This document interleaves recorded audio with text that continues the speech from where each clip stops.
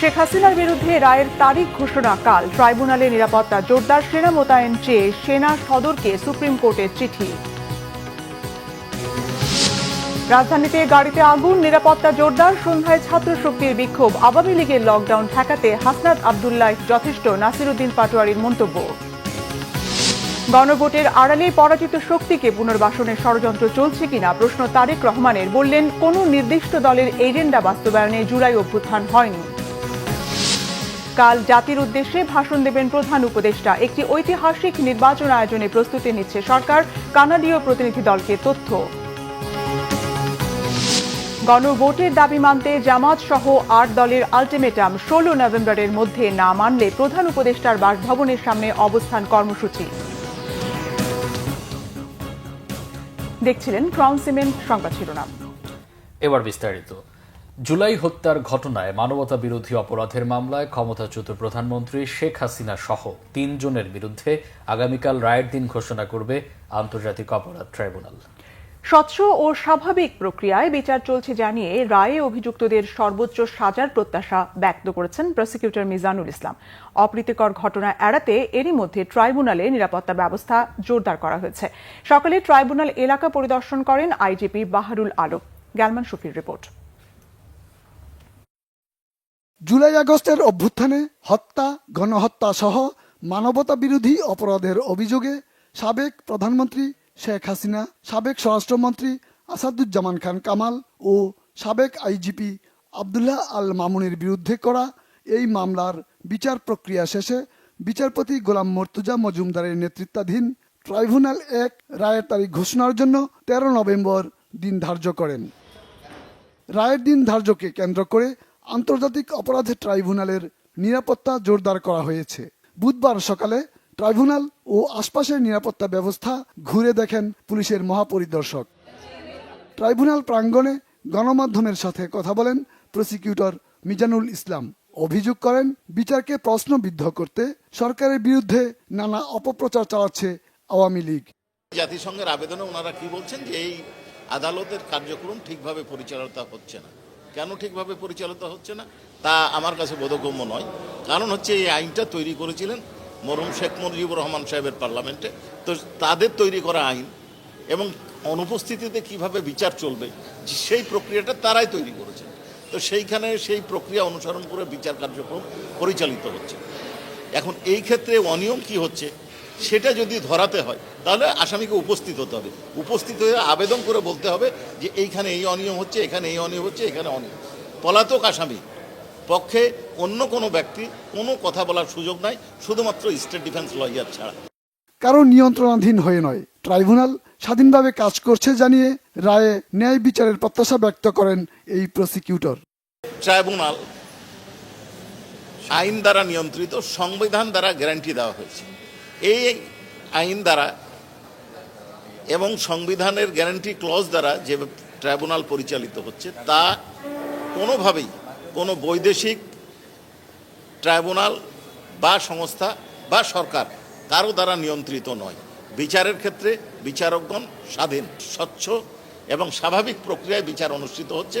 এটা একটা প্রোপাগান্ডার অংশ হিসাবে, সরকারের বিরুদ্ধে প্রোপাগান্ডার অংশ হিসাবে তারা এটা পরিচালনা। আমি থ্রেট টু জাস্টিস মনে করি না, তবে তারা এই বিচারকে বাধাগ্রস্ত করার জন্য এটা করছে, এটুকু বলতে পারি। এদিকে চানখারপুলে ৬ জনকে হত্যার মামলায় তদন্তকারী কর্মকর্তা সর্বশেষ সাক্ষী হিসেবে আংশিক সাক্ষ্য দিয়েছেন ট্রাইব্যুনাল ১-এ। গ্যালমান শফি, বাংলা ভিশন, ঢাকা। শেখ হাসিনার মামলার রায়ের দিন নির্ধারণ ঘিরে ট্রাইব্যুনাল এলাকায় সেনা মোতায়েন চেয়ে সেনা সদরে চিঠি দিয়েছে সুপ্রিম কোর্ট। সুপ্রিম কোর্টের জনসংযোগ কর্মকর্তা মোহাম্মদ শফিকুল ইসলাম গণমাধ্যমকে এই তথ্য নিশ্চিত করে বলেন, ট্রাইব্যুনালে সেনা মোতায়েন চেয়ে সুপ্রিম কোর্টের রেজিস্ট্রার জেনারেল অফিস থেকে সেনা সদর দপ্তরে চিঠি পাঠানো হয়েছে। আগামীকাল ১৩ নভেম্বর ২৪ জুলাই অগাস্টে সংঘটিত মানবতা বিরোধী অপরাধের মামলায় ক্ষমতাচ্যুত সাবেক প্রধানমন্ত্রী শেখ হাসিনা ও সাবেক স্বরাষ্ট্রমন্ত্রী আসাদুজ্জামান খান কামাল সহ ৩ জনের বিষয়ে রায় ঘোষণার তারিখ জানানো হবে। এ রায় ঘোষণার তারিখকে কেন্দ্র করে কার্যক্রম নিষিদ্ধ আওয়ামী লীগের ডাকা লকডাউন কর্মসূচি ঘিরে গত কয়েকদিনের অস্থিতিশীল পরিস্থিতিতে ঢাকায় অবস্থিত রাষ্ট্রীয় বিভিন্ন গুরুত্বপূর্ণ স্থাপনায় নিরাপত্তা ব্যবস্থা জোরদার করা হয়েছে। বিশেষ করে ডিএমপির 50টি থানায় অতিরিক্ত পুলিশ সদস্য মোতায়েন করে নিরাপত্তা জোরদার করা হয়েছে। কার্যক্রম নিষিদ্ধ আওয়ামী লীগের ঘোষিত লকডাউন কর্মসূচি ঘিরে রাজধানী সহ সারা দেশে সর্বোচ্চ সতর্কাবস্থায় আইনশৃঙ্খলা বাহিনী। সম্ভাব্য নাশকতা রোধে জোরদার করা হয়েছে পুলিশ ও বিজিবির টহল। মানুষের জানমালের নিরাপত্তা রক্ষায় সব ধরনের প্রস্তুতির কথা জানিয়েছে ডিএমপি। এদিকে সন্ধ্যায় রাজধানীর একটি বাসে আগুন দিয়েছে দুর্বৃত্তরা। অপরদিকে সন্ত্রাসী কর্মকাণ্ড ও নাশকতার বিরুদ্ধে সন্ধ্যায় রাজধানীতে বিক্ষোভ করেছে ছাত্রশক্তি। বিস্তারিত শুভ মাহফুজের প্রতিবেদনে। আওয়ামী লীগের ডাকা 13ই নভেম্বরের কর্মসূচি ঘিরে 2 দিন ধরে রাজধানীর বিভিন্ন স্থানে নাশকতার ঘটনা ঘটছে। মঙ্গলবার সন্ধ্যায় বাসে আগুন ও রাতে গুলিস্তান কাওরান বাজার সহ একাধিক স্থানে ককটেল বিস্ফোরণের পর বুধবার সন্ধ্যায় রাজধানীর দোলাইপাড়ে একটি বাসে আগুন দিয়েছে দুর্বৃত্তরা। অনাকাঙ্ক্ষিত পরিস্থিতি এড়াতে বুধবার সকাল থেকে আইনশৃঙ্খলা বাহিনীর পাশাপাশি বিজিবি মোতায়েন করা হয়েছে নগরীর গুরুত্বপূর্ণ স্থানে। বিভিন্ন মোড়ে ও সড়কে বিজিবি ও পুলিশের সতর্ক অবস্থান। নগরের বিভিন্ন এলাকায় ককটেল বিস্ফোরণ ও বাসে অগ্নিকাণ্ডে শঙ্কিত মানুষ। এটা আতঙ্কিত হওয়ার কিছু নেই, এটা আমাদের সবসময় চোখ কান খোলা রেখে আর কি সবসময় সব দিক খেয়াল রাখতে হবে। স্বাভাবিকভাবে ভীত সন্ত্রস্ত যে কখন কিভাবে কি আমার উপরে একটা বিপদ আসে। আইন শৃঙ্খলা বাহিনীতে আগের চেয়ে এখন একটু দুর্বল, তারা তেমন কোনো পদক্ষেপ নিতে পারছে না। আর গোয়েন্দা যারা আছে তারা তো আসলে সব কিছু জানা উচিত, কিন্তু সেটা তো তারা পারতেছে না। কোথায় কোন জায়গায় হামলা হচ্ছে, কোন জায়গায় আগুন ধরাচ্ছে সেটা তারা জানতে পারতেছে না। গোয়েন্দা পুলিশ বলছে সাধারণ মানুষের জানমালের নিরাপত্তা রক্ষায় প্রস্তুত তারা। এই যে যারা যে ভীতি করা একটা পরিস্থিতি বা তারা বিভিন্ন রকম যে অপতৎপর চালাচ্ছে, এটা আমরা কঠোর হস্তে দমন করার আইনের যেটুকু প্রয়োগের ক্ষমতা আছে এটা আমরা সর্বোচ্চ প্রয়োগ করব এবং দমন করবো। আপনারা জানেন যে কয়েকদিন আজকে যে রূপম ভাই যেটা বললেন যে আমরা যারা এই নেপথ্যে আছে সেই নেতাদেরকে উপর নজরদারি রাখতেছি, তাদেরকে গ্রেপ্তার করতেছি। আজকেও এই সংক্রান্তে 44 জন অ্যারেস্ট আছে। ইনশাল্লাহ আমাদের তৎপরতা সবাই থাকবে। আমরা নগরবাসী আপনারা সবাই মিলে ইনশাল্লাহ এই অপতৎপরতা রোধ করব। এদিকে আওয়ামী লীগের নাশকতা বিরোধী ও ফ্যাসিস্ট হাসিনা ও তার সহযোগীদের বিচার নিশ্চিতের দাবিতে বুধবার সন্ধ্যায় জাতীয় ছাত্র ঐক্য ব্যানারের প্রতিবাদ মিছিল করেছে এনসিপি। মিছিলটি বাংলা মোটর হয়ে শাহবাগ গিয়ে শেষ হয়। এ সময় নাশকতাকারীদের ধরে পুলিশের হাতে তুলে দেওয়ার আহ্বান জানান দলটির দক্ষিণাঞ্চলের মুখ্য সংগঠক হাসনাত আব্দুল্লাহ। আমাদেরকে ঐক্যবদ্ধভাবে এই আওয়ামী লীগকে প্রতিরোধ করতে হবে, আগুন সন্ত্রাসের বিরুদ্ধে অবস্থান নিতে হবে। আমরা ঐক্যবদ্ধভাবে থাকবো যাতে করে আমাদের বিভাজনকে পুঁজি বানিয়ে আওয়ামী লীগ আবার পুনর্বাসন না হতে পারে। আপনারা ঐক্যবদ্ধ থাকবেন। আমাদের সারা দেশের সকল ইউনিটের নেতা কর্মীদেরকে আমরা বলবো আপনি জনগণের পাশে থাকবেন। যেখানে আওয়ামী লীগ থাকবেন, যেখানে আওয়ামী লীগের আগুন সন্ত্রাস থাকবেন, যেখানে জনগণকে বিপন্ন করার জন্য পরিকল্পনা দেখবেন, তাদেরকে ধরে তাদেরকে পুলিশের হাতে তুলে দিবেন। শেখ হাসিনার রায়ের দিন ঘোষণাকে কেন্দ্র করে বৃহস্পতিবার সারাদিন রাজপথে থাকার কথাও জানান এনসিপির এ নেতা। শুভ মাহফুজ, বাংলা ভিশন, ঢাকা। এদিকে গাজীপুরের বাসন, কাশিমপুর ও শ্রীপুরে 3টি এবং আশুলিয়ার মার্কেটের সামনে একটি বাসে আগুন দিয়েছে দুর্বৃত্তরা। ভোর 4টার দিকে ঢাকা টাঙ্গাইল মহাসড়কের পাশে ভোগড়া বাইপাস পেয়ারা বাগান এলাকায় ভিআইপি পরিবহনের একটি বাসে আগুন দেয় দুর্বৃত্তরা। পরে ভোর 5টার দিকে শ্রীপুরে বেড়াইদের চালা এলাকায় দাঁড়িয়ে থাকা একটি বাসে আগুন দেয়। আগুনের খবর পেয়ে শ্রীপুর ফায়ার সার্ভিসের কর্মীরা পৌঁছে আগুন নিয়ন্ত্রণে আনে। এর আগে মঙ্গলবার রাত 10:30টার দিকে কালিয়াকৈর নবীনগর সড়কের একটি বাসে আগুন দেয় দুর্বৃত্তরা। পরে ফায়ার সার্ভিসের একটি ইউনিট গিয়ে আগুন নিয়ন্ত্রণে আনে। এদিকে ভোরে আশুলিয়ায় সরকার মার্কেট এলাকার নারী ও শিশু হাসপাতালের সামনে আলিপ পরিবহনের একটি বাসে আগুন দেওয়া হয়। বাসটির চালক সাত্তার জানান, রাতে হাসপাতালের সামনে সড়কে বাস রেখে তার ভেতরে ঘুমিয়ে পড়েন তিনি। ভোরে হঠাৎ আগুনের তাপে ঘুম ভাঙে তার। সে সময় বাস থেকে লাফিয়ে প্রাণ বাঁচান তিনি। পরে ফায়ার সার্ভিস আগুন নেভায়।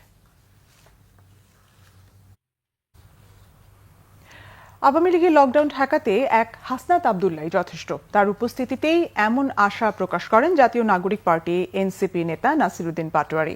বিকেলে ঢাকা রিপোর্টার্স ইউনিটিতে ন্যাশনাল হেলথ অ্যালায়েন্সের কমিটি গঠন ও আত্মপ্রকাশ অনুষ্ঠানে তিনি কথা বলেন। নাসিরুদ্দিন পাটোয়ারি আরও বলেন, ৮ দলের আন্দোলন যৌক্তিক এবং সাথে থাকার কথা জানান তিনি। বলেন, আন্দোলন সফল না করে ঘরে ফিরবেন না।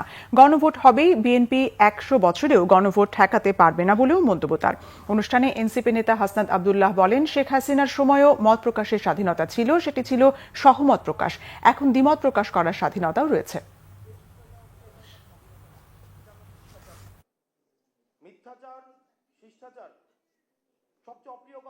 কালকে সকল দল মাঠে থাকবে।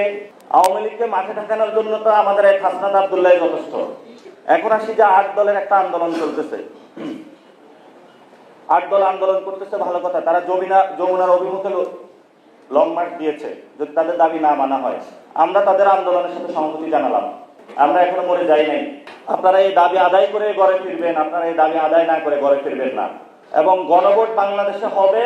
বিএনপি যদি আরো ১০০ বছরও প্রচেষ্টা করে, বাংলাদেশে গণভোট ঠেকাইতে পারবে না। কোনো নির্দিষ্ট দলের অধিকার প্রতিষ্ঠার জন্য কিংবা দর কষাকষির জন্য জুলাই অভ্যুত্থান হয়নি বলেছেন বিএনপির ভারপ্রাপ্ত চেয়ারম্যান তারেক রহমান। কোনো হুমকি ধামকি না দিয়ে ফেব্রুয়ারিতে জনগণের মুখোমুখি হওয়ার আহ্বান জানিয়েছেন তিনি। অভিযোগ করেন, সরকারের দুর্বলতার সুযোগ নিয়ে কিছু রাজনৈতিক দল জনগণের আকাঙ্ক্ষার বিরুদ্ধে দাঁড়াচ্ছে। গণভোটের আড়ালে পতিত পরাজিত অপশক্তিকে পুনর্বাসনের ষড়যন্ত্র হচ্ছে কিনা এমন প্রশ্ন রাখেন বিএনপির ভারপ্রাপ্ত চেয়ারম্যান। রিপোর্ট করছেন সিকান্দার রেমান। জাতীয় বিপ্লব ও সংহতি দিবস উপলক্ষে বাংলাদেশ জাতীয়তাবাদী দল বিএনপি আয়োজিত আলোচনা সভায় বক্তব্য রাখেন বিএনপির নীতি নির্ধারণী ফোরামের সদস্যরা। সমমনা রাজনৈতিক দলের নেতারাও বক্তব্য রাখেন। বিএনপির ভারপ্রাপ্ত চেয়ারম্যান তারেক রহমান তার বক্তব্যে জনগণের নিত্যদিনের সংকট ও সমাধানের পথ নিয়ে কথা বলেন। আলু, পেঁয়াজ সহ নিত্যপণ্য ও কৃষিক্ষেত্রে নানা সংকট, লাখ লাখ বেকারদের দুর্দশা, শিক্ষাখাত নিয়ে বিস্তারিত পরিকল্পনা তুলে ধরেন। এইসব জনগুরুত্বপূর্ণ বিষয় কেন সংস্কার কমিটিতে রাখা হলো না এবং ঐক্যমত্য কমিশনে আলোচনা হলো না তা নিয়ে বিস্ময় প্রকাশ করেন বিএনপির ভারপ্রাপ্ত চেয়ারম্যান। কথা বলেন জুলাই অভ্যুত্থান ও জনগণের প্রত্যাশার বিষয়েও। শুধুমাত্র জুলাই আগস্টেই শহীদ হয়েছেন ১৫০০-এরও বেশি মানুষ। ফ্যাসিবাদ পতনের আন্দোলনে ছাত্র, জনতা, নারী, পুরুষ, কৃষক, শ্রমিক, সকল শ্রেণী পেশার মানুষ কেন রাজপথে সেদিন নেমে এসেছিলেন আমাদের জানা থাকা দরকার। জনগণ কিন্তু রাষ্ট্র এবং রাজনীতিতে নিজেদের অধিকার প্রতিষ্ঠার জন্যই সেদিন রাজপথে নেমে এসেছিলেন। একজন রাজনৈতিক কর্মী হিসাবে আমি মনে করি অবশ্যই কোনো একটি নির্দিষ্ট রাজনৈতিক দল বা গোষ্ঠীর অধিকার প্রতিষ্ঠা কিংবা রাজনৈতিক দর কষাকষির করার সুযোগ সৃষ্টি করে দেওয়ার জন্য হাজারো লাখো মানুষ রাজপথে জীবন বিলিয়ে দেয়নি। তারেক রহমান জানান, দেশের ব্যাংকিং সেক্টর এখনো ঘুরে দাঁড়াতে পারেনি। মূলধন ঘাটতিতে রয়েছে অনেক ব্যাংক। রপ্তানি আয় ও রেমিটেন্স এখন দেশের অন্যতম আয়ের খাত। গণভোটের আড়ালে পরাজিত শক্তিকে রাজনীতিতে পুনর্বাসনের ষড়যন্ত্র হচ্ছে কিনা এমন প্রশ্ন করেন তিনি। এখনই সবার কাছে স্পষ্ট, ফ্যাসিবাদ বিরোধী আন্দোলনে একটা দল ফ্যাসিবাদের নিষ্ঠুরতা থেকে নিজেদেরকে বাঁচাতে গিয়ে, যেটি তাদের বিভিন্ন পর্যায়ের নেতৃবৃন্দ অনেক সময় বিভিন্ন জায়গায় উল্লেখ করেছে, যে নিজেদেরকে বাঁচাতে গিয়ে তারা ফ্যাসিবাদের ছাতার নিচে আশ্রয় নেওয়ার কৌশল অবলম্বন করেছিল। সেই পতিত পরাজিত পলাতক স্বৈরাচার একইভাবে ফ্যাসিবাদ বিরোধী আন্দোলনে থাকা সেই দলটির ছাতার নিচে আশ্রয় নিয়েছে কিনা মনে হয় এটি আমাদের সকলের দেখার বা ভাবার সময় এসছে। গণভোটের আড়ালে পতিত পরাজিত পলাতক অপশক্তিকে রাষ্ট্র রাজনীতিতে পুনর্বাসনের সুযোগ করা দেয়া হচ্ছে কিনা। জুলাই সনদে যা যা সই করেছে বিএনপি তা মেনে চলবে বলেও জানান ভারপ্রাপ্ত চেয়ারম্যান। অন্তর্বর্তীকালীন সরকারের কাছে তিনি প্রশ্ন রাখেন, সরকার কি একটি রাজনৈতিক দলের আকাঙ্ক্ষা বাস্তবায়ন করবে নাকি ফেব্রুয়ারিতে নির্বাচন করবে? দেশের গণতান্ত্রিক সিকান্দার রেমান, বাংলা ভিশন, ঢাকা। দেশে সন্ত্রাস দমনে সরকারকে কঠোর ভূমিকা নেওয়ার আহ্বান জানিয়েছে বিএনপি। দলের চেয়ারপারসনের গুলশান কার্যালয়ে ইউরোপীয় ইউনিয়নের রাষ্ট্রদূতের সঙ্গে বিএনপি মহাসচিবের এক বৈঠক শেষে এই আহ্বান জানান বিএনপির স্থায়ী কমিটির সদস্য আমির খসরু মাহমুদ চৌধুরী। বুধবার বেলা 11টায় গুলশানে বিএনপি চেয়ারপারসনের কার্যালয়ে যান ইইউ রাষ্ট্রদূত মাইকেল মিলার। বৈঠকে আগামী নির্বাচন সহ চলমান রাজনৈতিক পরিস্থিতি নিয়ে আলোচনা হয়। পরে ব্রিফিংয়ে আমির খসরু মাহমুদ চৌধুরী বলেন, ফেব্রুয়ারির নির্বাচন নিয়ে কারো মধ্যে কোনো সংশয় নেই। বিএনপির নির্বাচনী প্রস্তুতি কেমন সেই বিষয়ে ইইউ রাষ্ট্রদূত মাইকেল মিলার জানতে চেয়েছেন বলেও জানান তিনি। বিএনপির স্থায়ী কমিটির সদস্য আরও বলেন, কারা দেশে সন্ত্রাসী কর্মকাণ্ড চালাচ্ছে তা খুঁজে বের করার দায়িত্ব আইন শৃঙ্খলা বাহিনীর। আওয়ামী লীগ নির্বাচনী রেসে নেই, দেশে নেই। সন্ত্রাসী কর্মকাণ্ড যে কেউ করতে পারে, তবে দেশের মানুষ সচেতন। সন্ত্রাসী কর্মকাণ্ড করে নির্বাচন বাধাগ্রস্ত করার কোনো সুযোগ নেই। নির্বাচন নিয়ে ইউরোপীয় ইউনিয়নের কোনো উৎকণ্ঠা নেই। তারা বাংলাদেশে একটি সুষ্ঠু ও নিরপেক্ষ নির্বাচন চায় বলেও জানান বিএনপির স্থায়ী কমিটির এই সদস্য। যারা নির্বাচনী রেসের মধ্যে নাই, যারা দেশেই নাই, সুতরাং যাদের কর্মকাণ্ড স্থগিত আছে, এরকম ওরা এখন সন্ত্রাসী কর্মকাণ্ড তো অনেকেই করতে পারে। এইগুলো সরকারের দায়িত্ব, সরকার পালন করবে। কারা করছে সরকারকে, তাদের গোয়েন্দা সংস্থা আছে, তাদের আইন শৃঙ্খলা বাহিনী আছে। আমরা আশা করছি সরকার আরও বেশি সচেষ্ট থাকবে, আরও ভালোভাবে এটার মোকাবেলা করতে হবে। তার মাধ্যমেই আমরা নির্বাচনের দিকে যাব। আর এইগুলো নির্বাচনের আগে কেউ সন্ত্রাসী কর্মকাণ্ডের মাধ্যমে নির্বাচনকে বাধাগ্রস্ত করতে পারবে সেটা বিশ্বাস করার কোনো কারণ নেই। আগামীকাল বৃহস্পতিবার দুপুরে জাতির উদ্দেশ্যে ভাষণ দেবেন প্রধান উপদেষ্টা ডক্টর মোহাম্মদ ইউনূস। রাতে প্রধান উপদেষ্টা প্রেস উইং এক সংবাদ বিজ্ঞপ্তিতে এই তথ্য জানায়। জুলাই জাতীয় সনদ ইস্যুতে ফ্যাসিবাদ বিরোধী আন্দোলনে যুক্ত রাজনৈতিক দলগুলোর মধ্যে সাম্প্রতিক সময়ে দূরত্ব তৈরি হয়েছে। জামাতে ইসলাম সহ 8টি দল জুলাই সনদ বাস্তবায়নে আদেশ জারি ও গণভোটের দাবিতে রাজপথে আন্দোলন করছে। অন্যদিকে এমন দাবিকে অযৌক্তিক ও আন্দোলনকে নির্বাচন পেছানোর ষড়যন্ত্র হিসেবে দেখছে বিএনপি সহ কয়েকটি দল। এ বিষয়ে ঐকমত্য তৈরির জন্য রাজনৈতিক দলগুলোকে সময়সীমা বেঁধে দেয় সরকার। সরকারের পক্ষ থেকে জানানো হয়েছিল, রাজনৈতিক দলগুলো ঐকমত্যে পৌঁছতে না পারলে জুলাই সনদের ব্যাপারে সিদ্ধান্ত নেবে সরকার। রাজনৈতিক দলগুলো এ বিষয়ে কোনো পদক্ষেপ নিতে না পারায় বিরাজমান অবস্থায় জাতির উদ্দেশ্যে ভাষণ দিতে যাচ্ছেন ডক্টর মোহাম্মদ ইউনূস। প্রধান উপদেষ্টা ডক্টর মোহাম্মদ ইউনূস বলেছেন, নির্বাচনের প্রস্তুতি নিচ্ছে সরকার। জাতির জন্য একটি ঐতিহাসিক মুহূর্ত হবে এটি। তরুণদের নেতৃত্বে অভ্যুত্থানের মধ্য দিয়ে বাংলাদেশ একটি উল্লেখযোগ্য রূপান্তরের মধ্য দিয়ে যাচ্ছে বলে মনে করেন তিনি। কানাডীয় সিনেটর ও 2 পার্লামেন্ট সদস্য প্রধান উপদেষ্টার সঙ্গে সাক্ষাৎ করলে তিনি একথা বলেন। কানাডীয় সিনেটর সালমা আতাউল্লাহ জান ও 2 সংসদ সদস্য সালমা জাহিদ ও সামির জুবেরি বুধবার স্টেট গেস্ট হাউস যমুনায় প্রধান উপদেষ্টা অধ্যাপক মোহাম্মদ ইউনূসের সঙ্গে সাক্ষাৎ করেন। কানাডীয় প্রতিনিধি দল দ্বিপাক্ষিক বাণিজ্য সহযোগিতা আরও জোরদার এবং রোহিঙ্গা সংকট সমাধানের উপায় নিয়ে আলোচনা করেন।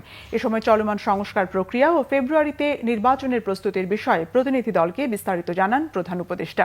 রোহিঙ্গা ইস্যুতে কানাডার সমর্থনের জন্য তিনি দেশটিকে ধন্যবাদ জানান। ডক্টর ইউনূস বলেন, 8 বছর পেরিয়ে গেছে, রোহিঙ্গাদের নিজ মাতৃভূমিতে প্রত্যাবর্তনই একমাত্র কার্যকর সমাধান, এর বিকল্প নেই।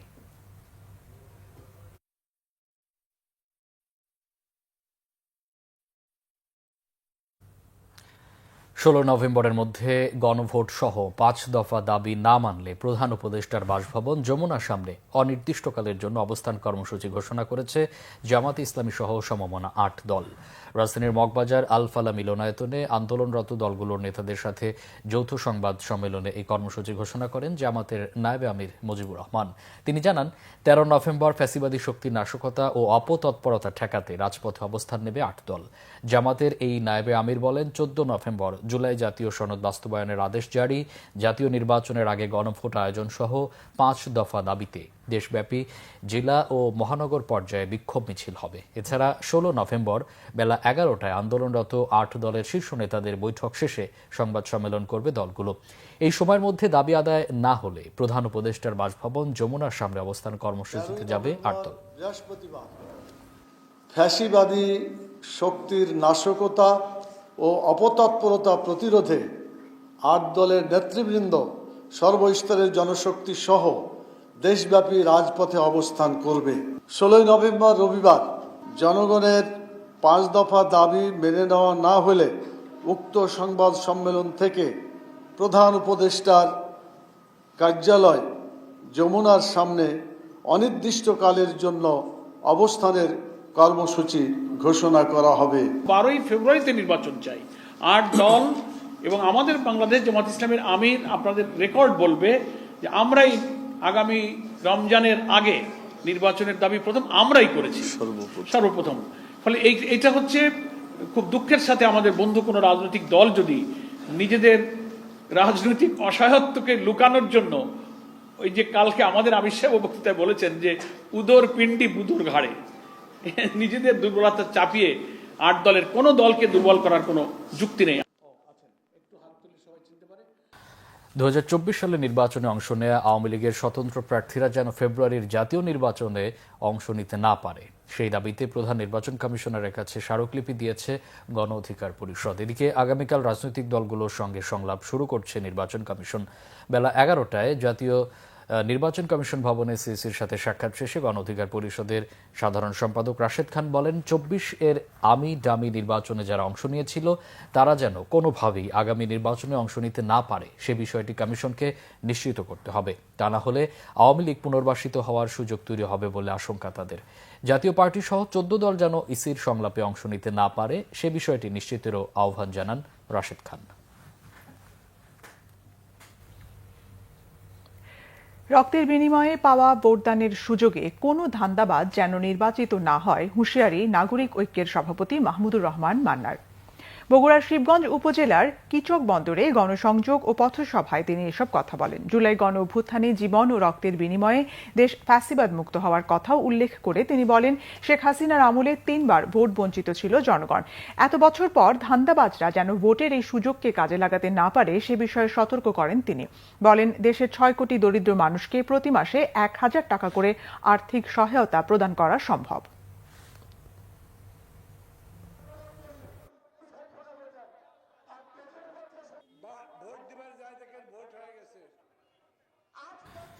সরকারি কর্মচারীদের জন্য নতুন বেতন কাঠামো বা পে কমিশন দেয়া অন্তর্বর্তী সরকারের পক্ষে সম্ভব নয় বলে জানিয়েছেন অর্থ উপদেষ্টা ডক্টর সালেউদ্দিন আহমেদ। এ নিয়ে অসন্তোষ বা ক্ষোভ না দেখিয়ে কর্মচারীদের ধৈর্য ধারণের আহ্বান জানিয়েছেন তিনি। আরও জানাচ্ছেন জিয়াউল হক সবুজ। সরকারি কর্মচারীদের বেতন ভাতা বাড়ানোর লক্ষ্যে গত 27 জুলাই জাতীয় বেতন কমিশন গঠন করে সরকার। সেই কমিশন 90 থেকে 97% পর্যন্ত বেতন ভাতা বাড়ানোর সুপারিশ করে নতুন বেতন নির্ধারণের খসড়া প্রস্তাব চূড়ান্ত করলেও এই সরকারের মেয়াদে তা কার্যকর হওয়ার সম্ভাবনা নেই বলে আবারও জানালেন অর্থ উপদেষ্টা। এ নিয়ে অসন্তুষ্ট না হয়ে প্রজাতন্ত্রের কর্মচারীদের ধৈর্য ধরার পরামর্শ অর্থ উপদেষ্টার। সিভিল পে কমিশন, ওখানে আর্মিদের জন্য আলাদা একটা ইস্যু আছে, পুলিশের জন্য।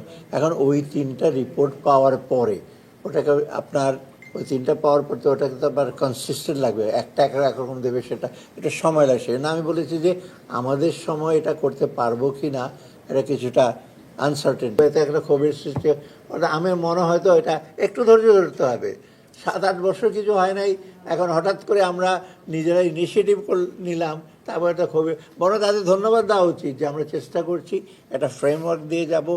সচিবালয়ে সরকারি ক্রয় সংক্রান্ত উপদেষ্টা পরিষদ ও অর্থনৈতিক বিষয় সংক্রান্ত উপদেষ্টা পরিষদ কমিটির বৈঠকে চিনি ও সয়াবিন তেল কেনার সিদ্ধান্ত হয়। এছাড়া বিভিন্ন বন্দরে পড়ে থাকা পুরনো গাড়ি বিক্রিরও সিদ্ধান্ত হয়।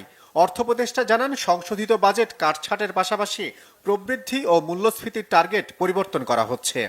সবাই তো ইমপ্লিমেন্ট করতে পারেনি সবভাবে, অনেক রকম ইস্যু চলে আসে তো সেই, তবে একেবারে ড্রাস্টিক্যালি একেবারে আমাদের ওই বাজেট থেকে যেটা খুব বিরাট একটা ব্যত্যয় ঘটবে তা না। আমরা শুধু গ্রোথটা বলেছি, গ্রোথটা আমরা কমিয়েছি, তাই না? আর ইনফ্লেশনটা আমরা বলছি 7, ওটা 5 করেছি। এখন এই 2টা মেজর জিনিস আমরা রেখেছি, আর বাকিগুলো টাকার অঙ্কগুলো খুব বেশি হেরফের হবে তা মনে হয় না। জাতীয় নির্বাচনে দায়িত্বপ্রাপ্ত পুলিশের জন্য বডি ক্যামেরা কেনার ব্যাপারে আগামী সপ্তাহে সিদ্ধান্ত হবে বলে জানিয়েছেন অর্থ উপদেষ্টা। পুরা জিয়াউল হক সবুজ, বাংলাভিশন, ঢাকা। লালদিয়া কন্টেইনার টার্মিনাল উন্নয়নে ডেনমার্ক ভিত্তিক একটি বেসরকারি প্রতিষ্ঠানের সাথে চুক্তি স্বাক্ষর করতে যাচ্ছে চট্টগ্রাম বন্দর কর্তৃপক্ষ। ৩০ বছরের কনসেশন চুক্তিতে পিপিপির আওতায় টার্মিনালের ডিজাইন, ফিন্যান্স, বিল্ড ও অপারেট করবে। তবে বন্দরের মালিকানা থাকবে চট্টগ্রাম বন্দর কর্তৃপক্ষের অধীনে। বুধবার বিকেলে ফরেন সার্ভিস একাডেমিতে এক ব্রিফিংয়ে বাংলাদেশ বিনিয়োগ উন্নয়ন কর্তৃপক্ষ বিডা, বাংলাদেশ অর্থনৈতিক অঞ্চল কর্তৃপক্ষ বেজা, মহেশখালী সমন্বিত উন্নয়ন কর্তৃপক্ষ মিডা এর নির্বাহী চেয়ারম্যান এবং public private partnership authority PPP এর প্রধান নির্বাহী কর্মকর্তা আশিক চৌধুরী এ নিয়ে ব্রিফিং করেন। এর ফলে সরকারের মূলধনী ব্যয় উল্লেখযোগ্যভাবে হ্রাস পাবে বলে জানান তিনি।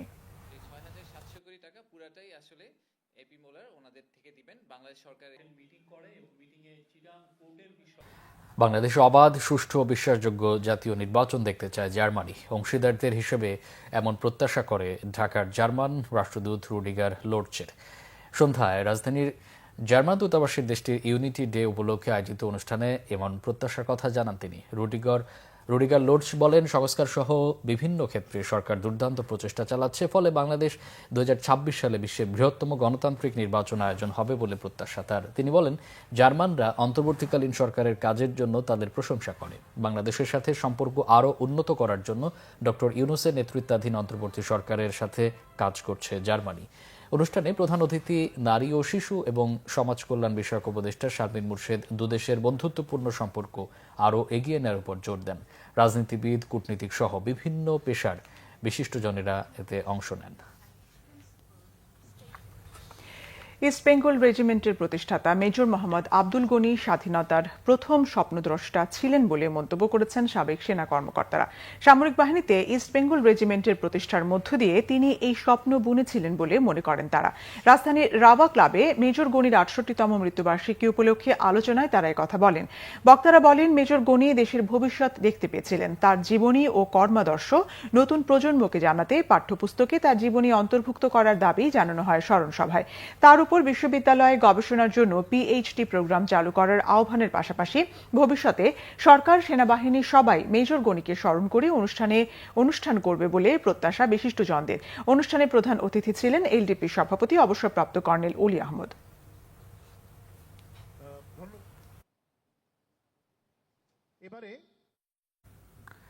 এবার আরো কিছু খবর নিয়ে দেখুন একটি ডেস্ক রিপোর্ট।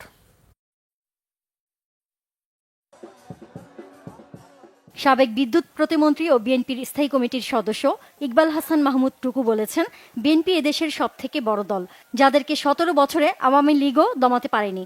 অভিযোগ করেন, জামায়াতে ইসলামী ভোট পাবে না বলেই গণভোটের নামে নির্বাচন বানচালের পায়তারা করছে। স্থানীয় রেলগেটে মুক্ত মঞ্চে সিরাজগঞ্জ জেলা বিএনপি আয়োজিত গণসংবর্ধনা অনুষ্ঠানে তিনি কথা বলেন। ঢাকা ১২ আসন অন্তর্ভুক্ত হাতিরঝিল থানা আওতাধীন ৩৬ নম্বর ওয়ার্ড এলাকায় লিফলেট বিতরণ, গণসংযোগ এবং সংক্ষিপ্ত সমাবেশ করেছে বিএনপি।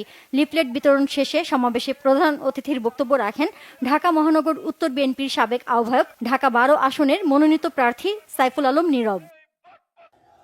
ছাত্রলীগের বোমাবাজি ও গাড়িতে অগ্নিসংযোগের প্রতিবাদে রাজধানীর মগবাজারে বিক্ষোভ মিছিল করেছে ঢাকা মহানগর উত্তর ছাত্রদল। এতে নেতৃত্ব দেন ঢাকা মহানগর উত্তর ছাত্রদলের সাংগঠনিক সম্পাদক মেহেদী হাসান মিম। প্রকাশনা সংস্থা ঐতিহ্য তার ২৫ বছরের পথ চলা স্মরণীয় করে রাখতে বাংলা একাডেমি প্রাঙ্গণে আয়োজন করেছে ঐতিহ্য বুক কার্নিভাল ২০২৫। এর উদ্বোধন করেন প্রখ্যাত কথা সাহিত্যিক হাসনাত আব্দুল হাই। অতিথি ছিলেন সাংবাদিক, লেখক ও অনুবাদক আনোয়ার হোসাইন মঞ্জু এবং শিক্ষাবিদ ও লেখক মহিতুল আলম। স্বাগত বক্তব্য রাখেন ঐতিহ্যর প্রধান নির্বাহী আরিফুর রহমান নাইম। উদ্বোধন অনুষ্ঠানে লেখক, প্রকাশক, পাঠক সহ বিভিন্ন শ্রেণী পেশার মানুষের সমাবেশ ঘটে। ফেনীতে স্থানীয় শহীদ মিনারের সামনে পথসভার আয়োজন করে জামায়াতে ইসলামী। এতে বক্তব্য রাখেন প্রধান অতিথি দলের কেন্দ্রীয় নির্বাহী পরিষদ সদস্য এটিএম আজহারুল ইসলাম। এ সময় ফ্যাসিস্ট আওয়ামী লীগ সরকারের সমালোচনা করেন তিনি। হবিগঞ্জে গণ অধিকার পরিষদের নির্বাচনী জনসভা হয়েছে। এতে বক্তব্য রাখেন দলের সভাপতি নুরুল হক নূর।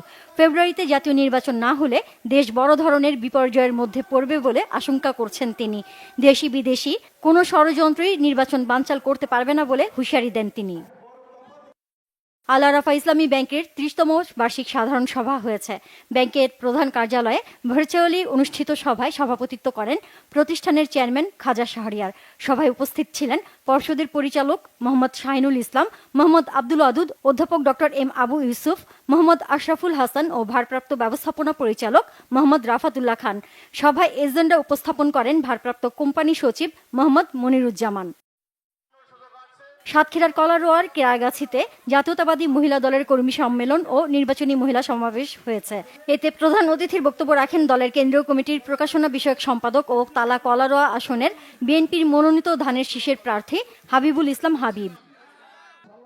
ভোলা 2 আসনে বিএনপি মনোনীত প্রার্থী আলহাজ হাফিজ ইব্রাহিমকে গণসংবর্ধনা দিয়েছে দৌলত খানবাসী। দৌলত খান পৌরসভার সামনে এতে অংশ নেন উপজেলা ও পৌর বিএনপি, যুবদল, স্বেচ্ছাসেবক দল, ছাত্রদল সহ সহযোগী সংগঠনের নেতাকর্মীরা। কুড়িগ্রাম 3 আসনে ধানের শীষ প্রতীক নিয়ে আনুষ্ঠানিকভাবে নির্বাচনী প্রচারণা শুরু করেছেন বিএনপির চেয়ারপারসনের আন্তর্জাতিক বিষয়ক উপদেষ্টা পরিষদের সদস্য তাজভিরুল ইসলাম। উপজেলার 13টি ইউনিয়নের বিভিন্ন এলাকায় ঘুরে ঘুরে প্রচারণা চালান তিনি। সুনামগঞ্জ 1 আসনে বিএনপি মনোনীত প্রার্থী আনিসুল হকের সমর্থনে মোটরসাইকেল মিছিল হয়েছে ধর্মপাশায়। মধ্যনগর সেতু থেকে মিছিলটি শুরু হয়ে ধর্মপাশা উপজেলা সদরে গিয়ে শেষ হয়। স্থানীয় বিএনপি আয়োজিত পথসভায় ধানের শীষকে বিজয়ী করতে নেতাকর্মীদের প্রতি আহ্বান জানান আনিসুল হক। ব্রাহ্মণবাড়িয়ার কসবায় কাফনের কাপড় পরে বিক্ষোভ করেছেন বিএনপির মনোনয়ন বঞ্চিত কবির আহমেদ ভূঁইয়ার সমর্থকরা। কসবার আড়াইবাড়ি দরবার শরীফ থেকে উপজেলা ও পৌর বিএনপি এবং সহযোগী সংগঠনের উদ্যোগে এই বিক্ষোভ মিছিল বের হয়ে সুপারমার্কেটের সামনে গিয়ে শেষ হয়। 12 নভেম্বরকে উপকূল দিবস হিসাবে রাষ্ট্রীয় স্বীকৃতি দেওয়ার দাবিতে আলোচনা সভা হয়েছে কক্সবাজারের ডিসি কলেজে। প্রতিষ্ঠানটির অধ্যক্ষ মোহাম্মদ ইব্রাহিম হোসেনের সভাপতিত্বে এতে প্রধান অতিথি ছিলেন স্থানীয় প্রেস ক্লাবের সাধারণ সম্পাদক মমতাজ উদ্দিন বাহারি। বিশেষ অতিথিদের মধ্যে ছিলেন বাংলা ভিশনের staff reporter Morshedur Rahman Khokon, channel আইয়ের সরোয়ার আজম মানিক ও ডিসি কলেজের প্রভাষক কেএম আহসানুল্লাহ। ঠাকুরগাঁওয়ে প্রেস ব্রিফিং করেছে 50 বিজিবি ব্যাটালিয়ন। এ সময় ব্যাটালিয়নের অধিনায়ক বলেন, সীমান্ত অতিক্রম না করলে কোনো হত্যা হবে না। সীমান্ত এলাকায় বসবাসকারীদের সচেতন হবার আহ্বান জানান তিনি। সম্প্রতি আশুলিয়ার পলাশবাড়িতে নারী আইনজীবী নাসরিন আক্তারের চেম্বারে দুর্বৃত্তদের হামলার প্রতিবাদে রাজধানীতে ঢাকা আইনজীবী সমিতির সামনে মানববন্ধন ও প্রতিবাদ সভা হয়েছে। এ সময় বক্তারা অভিযুক্তদের দ্রুত গ্রেফতার করে শাস্তির দাবি জানান। Bangla vision news desk. শেষ করব সংবাদ। যাওয়ার আগে ক্রাউন সিমেন্ট শিরোনামগুলো আরেকবার জানিয়ে দিচ্ছি। শেখ হাসিনার বিরুদ্ধে রায়ের তারিখ ঘোষণা কাল। ট্রাইব্যুনালে নিরাপত্তা জোরদার, সেনা মোতায়েন চেয়ে সেনা সদরকে সুপ্রিম কোর্টের চিঠি। রাজধানীতে গাড়িতে আগুন, নিরাপত্তা জোরদার। সন্ধ্যায় ছাত্র শক্তির বিক্ষোভ, আওয়ামী লীগের লকডাউন ঠেকাতে হাসনাত আব্দুল্লাহ যথেষ্ট, নাসিরউদ্দিন পাটোয়ারির মন্তব্য। গণভোটের আড়ালে পরাজিত শক্তিকে পুনর্বাসনের ষড়যন্ত্র চলছে কিনা প্রশ্ন তারেক রহমানের। বললেন, কোন নির্দিষ্ট দলের এজেন্ডা বাস্তবায়নে জুলাই অভ্যুত্থান হয়নি। কাল জাতির উদ্দেশ্যে ভাষণ দেবেন প্রধান উপদেষ্টা। একটি ঐতিহাসিক নির্বাচন আয়োজনে প্রস্তুতি নিচ্ছে সরকার, কানাডীয় প্রতিনিধি দলকে তথ্য। গণভোটের দাবি মানতে জামাত সহ 8 দলের আলটিমেটাম। 16 নভেম্বরের মধ্যে না মানলে প্রধান উপদেষ্টার বাসভবনের সামনে অবস্থান কর্মসূচি। এই ছিল এখনকার মতো। পরবর্তী সংবাদ রাত 1টায় দেখার আমন্ত্রণ রইল। এছাড়া বাংলা ভিশন সংবাদ ও সংবাদ সংশ্লিষ্ট অনুষ্ঠান দেখতে ভিজিট করুন www.bbnews24.com ও facebook.com/banglavishannews এবং সাবস্ক্রাইব করুন youtube.com/banglavishannews। এতক্ষণ সঙ্গে থাকায় ধন্যবাদ। শুভরাত্রি।